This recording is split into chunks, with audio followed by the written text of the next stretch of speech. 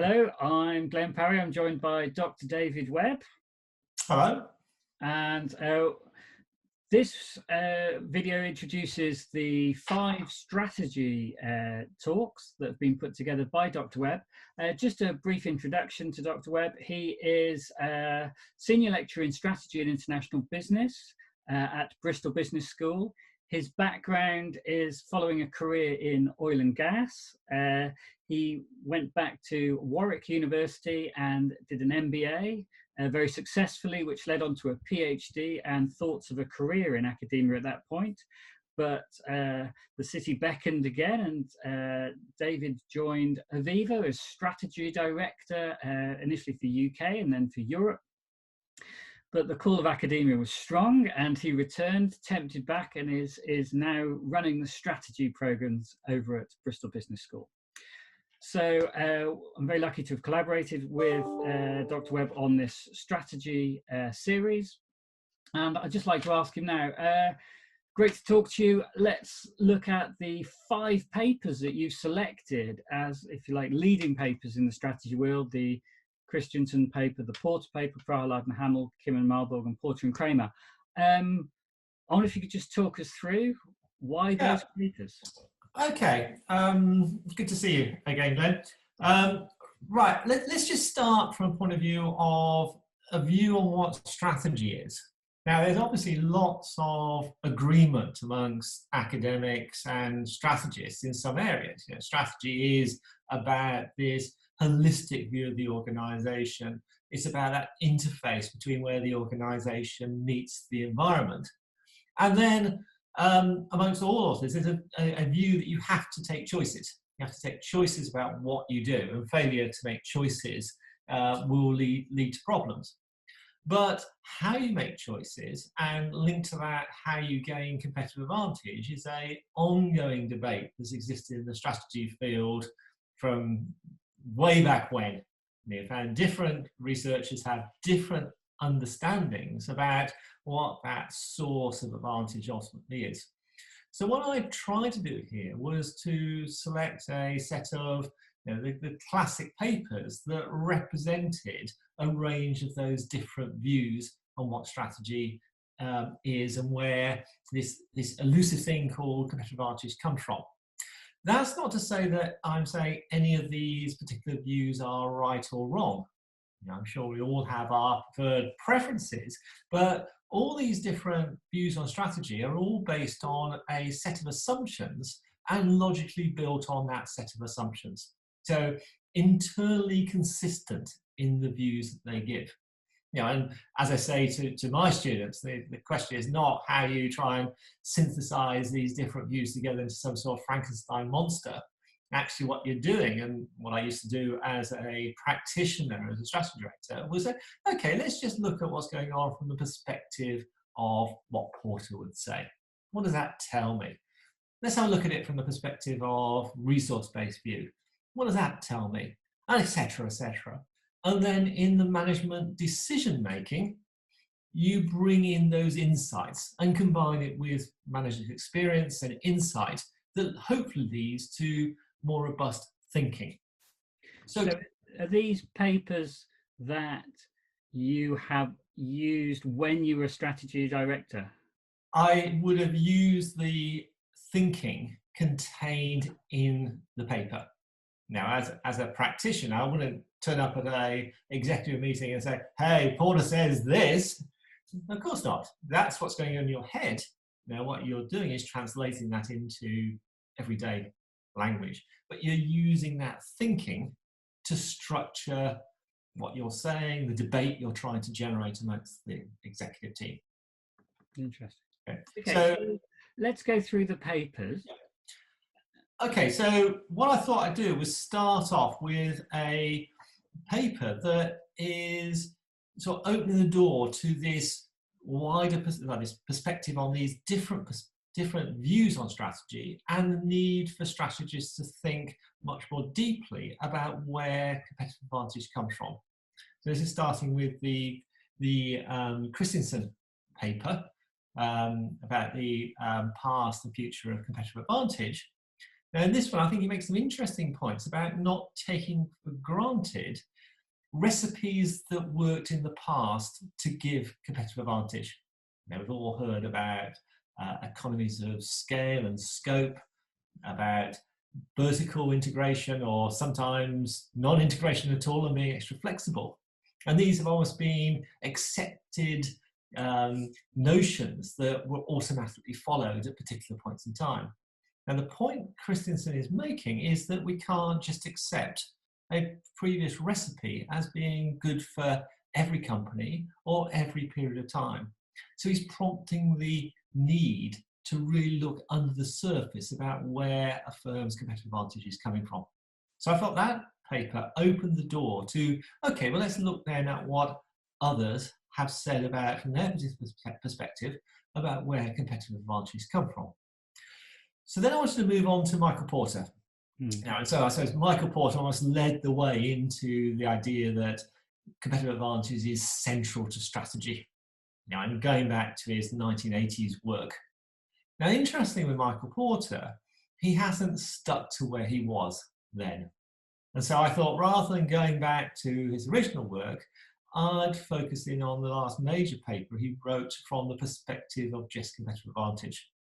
And I thought here was a great way to understand where he's coming from. Now, so for Michael Porter, he's talking about an organization has to make a choice. And that choice is a real choice. So what he calls a trade-off. So by choosing to do one thing, you can't do another.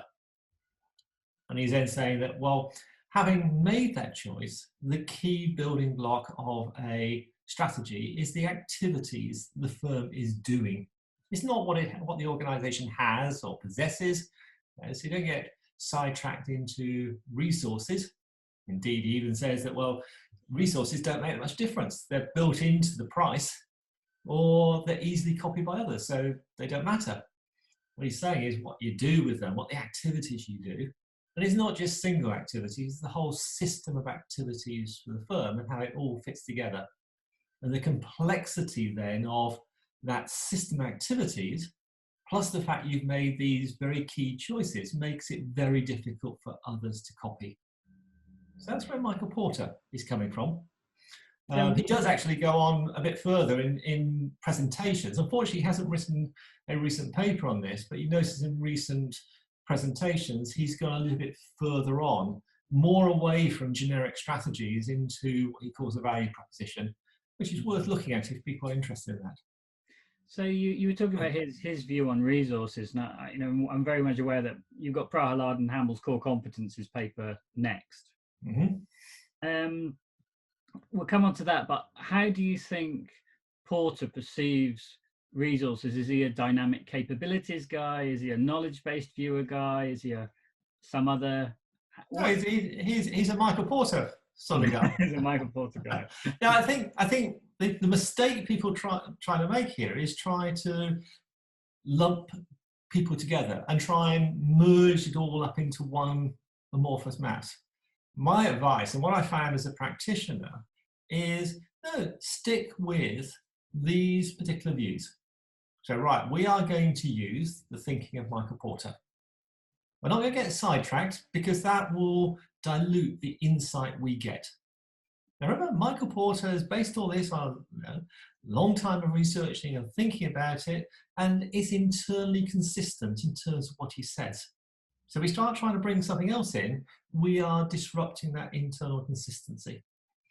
So what I do when I do consulting work, or when I was in Aviva, from Michael Porter in my head, and I say, right, have I seen there's a clear choice being made here about what this firm is trying to do? Is that a trade-off choice? Is it a real choice they're making? Okay, yes or no. Already telling me stuff about that company. Am I seeing they've actually acted on that? Have they set up some strategic themes that push that choice down into the business? And then are the activities aligned to what it does? Yeah, I think that's interesting because you're as a practitioner making one decision, but as an academic, one would expect you to compare, contrast, and look for similarities between Porter and others. Well, it depends which perspective and academic you're coming from. I think my academic heritage is very much in the strategy as process, the processual view of strategy that Richard Whittington would talk about. So actually that synthesis comes together in the decision-making process rather than the tools you use to arrive at those decisions. Yeah. I was thinking more when we think about your undergrads, when they're looking at different strategists and they're sort of writing essays and things, they'll often try and blend them together.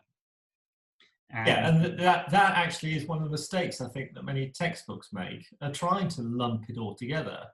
And it makes it too complicated. Yeah.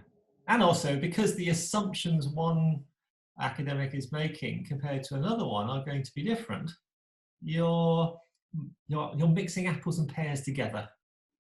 And actually you can make strategy much more simple to understand and actually more usable. At the end of the day, we should be having impact in this. Yes. See these as a set of tools about how you can understand a situation, and don't just use one of them. So that's you're being very blinkered if you're doing that. So look at it from one perspective first, then go and look at another perspective. It's like the poem that Mintzberg refers to in Strategy Safari, around the blind men who go to see the elephant. This is based on an old Hindustan poem going way back. But each of these men comes across an elephant and they encounter different parts of the elephant. Now they can't see and perceive the whole of the elephant, they just come across bits of it. So one finds the trunk and it's like a snake. This elephant is exactly like a snake. The next one's a tail and it's like a rope, or the side, it's like a wall. And so it goes on, and then they argue all night long about the nature of the thing called elephant. What Mintzberg is saying, that's exactly like strategy theorists. They all got their perspective, and they're all right in what they've encountered, but to understand the whole, you've got to put it together, what they're seeing, what the output of what they're encountering together. And that's what I always advise management teams to do. Don't just stick with Porter, go and have a look at it. You've done your activities, let's go and have a look at it from a resource perspective. What's that telling you? And you'll get more insight. And of course, don't forget managers' own experience and their expertise. That's just as valuable. And actually, the decision-making process then has to be the mix of all that together. Excellent. So let's move on to a different view. Prahalad and Hamill, core competence. So Prahalad and Hamill, central to the resource-based view of the firm, along with Bernefeld and particularly Barney, which a previous paper I think you have on your website is Barney's 1991 paper. Unlike Barney, Prahalad and Hamill take a slightly different perspective. One of the issues in the resource-based view of strategy is these different academics have slightly different language that they use and terms they use to define things. And I think if you're reading in that space, then come to your own consistent terminology use in this space. There's no Porter who dominates this perspective. So Prahalad and Hamill really focus and say on bundles of resources. Now, it's slightly ambiguous what they say about whether it's actual resources or the ability to put together those resources, but it's a bundle of resources working together to make up what they call a competency. Now, that's something that the organisation possesses. Now, I could say owns, but you can actually access resources at the firm. But it's something, it's not activities, it's not what it's doing, it's what it has. It's a key difference to Porter is. And what Prahalad and Hamill say is that organisations have these competencies deeply buried inside the firm, which gives them ability that flows through into their products and services. And organisations, therefore, should be competing on the basis of those competencies, and those competencies should be driving their thinking about strategy. And then they, interestingly with Prahalad and Hamill, they start to go towards a perspective called dynamic capabilities, which I haven't brought into this set of papers. I may add that. But Branham will start to advance to that and say it's not just the possession of the competencies that matter, it's how you go about managing those competencies, how you allocate them to different parts of the organisation to find the best opportunities for them. So interestingly, the point around, we all use very complex processes to allocate capital inside organisations. Maybe if competencies underlie competitive advantage, well, maybe we should be having similar approaches to allocate competencies to parts of the business.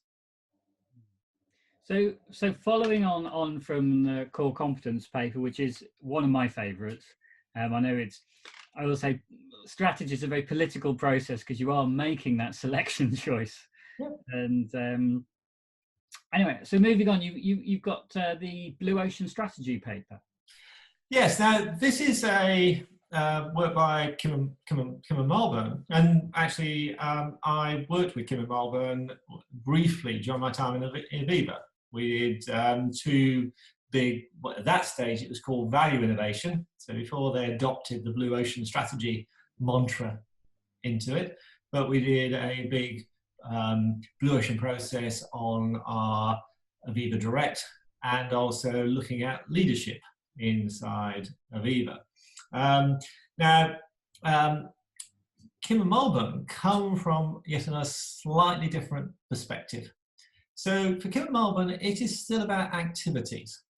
But rather than Porter, we say you're going to make a choice and make trade-off choices and then focus into where your choice has been made. What Kim and Malvern say is their research suggests that organisations can find a way to create new market space where that trade-off choice becomes irrelevant. And so by really understanding what customer needs really are, and they're not saying use third-party market research. What they actually encourage people, well, managers to do is the chief executive and the C-suite executives go out and sit with customers in their kitchens and experience what are the pain points that customers have with the current offering. Typically, as I'm sure you know from your work, Glenn, industries build a recipe about how they operate, and they see things in a certain way as being important to succeeding competitively. Those traditional approaches don't necessarily match with what customers actually value. Yeah. Well, it's one of the reasons I really like that paper, because it really speaks to my work and, value co-creation, which is obviously reflected in the previous author's work, and Steve Vargo's work on service dominant logic, that looking at what's the use of things. Yeah, I really enjoyed that one. And the final paper you chose was... But just one final point on the Kim and Malvern. One of the reasons I chose that paper, because there are lots of their papers, the reason I chose that particular paper was it goes into more detail on the tools they recommend managers use to create Blue Ocean strategies. And I think, unless you go and look at their book, well, two books now, Blue Ocean Strategy and Blue Ocean Shift, then it's a quick way of accessing the tools they recommend you use. Right, yeah. And so then the last paper is the Porter and Kramer. And so Michael Porter here is shifting his thinking, as it's obvious from his presentations. He is about the more core thinking he's done about competitive advantage. But in this one, he's shifting from a view where underpinning both his 1980s work and 1996 work is the idea that improving economic performance, the long-term return on assets is the key measure of success. He's moving now here to a space with Mark Kramer. We're saying, no, actually, firms in their strategies have to think about how they deliver value to society as well. Now, actually, Porter and Kramer start off being very critical of existing approaches to CSR. They're saying that because these are seen as add-ons to the firm's core activities, it's unlikely they're going to have much effect. And quite often, those initiatives are little more than about reputation and public relations. Mm. What Porter and Kramer are saying is that if you look at what the firm is capable of doing, where it can have most effect, where it can have most legitimacy, if it focuses on some social issues where it's in the interest of the firm to do so. And taking that line, they come up with the idea of shared value, or corporate shared value, rather than corporate social responsibility, corporate shared value. So what are those initiatives where the firm has an economic interest as well as society has an interest? And if you focus on that overlap space, the organisation is more likely to have an impact and also more likely to sustain it. Now, we've all seen examples where corporate philanthropy is only as long as the current manager is in position, and then it moves on. And then the social side of it, the people in societies who've been depending on a particular activity are probably then in a worse state than they were before we started. So if you're to sustain that activity, then it needs to link into the well-being of the firm financially, as well as being a good social cause. So they introduced their framework, the CSV framework, where they say, actually, what you should do is categorize the social initiatives that you could do into, and I call in my lectures buckets. So which buckets do these go into? And they say there are, yes, there's a set of general good causes, good citizenship, generic social things that could be anything and everything.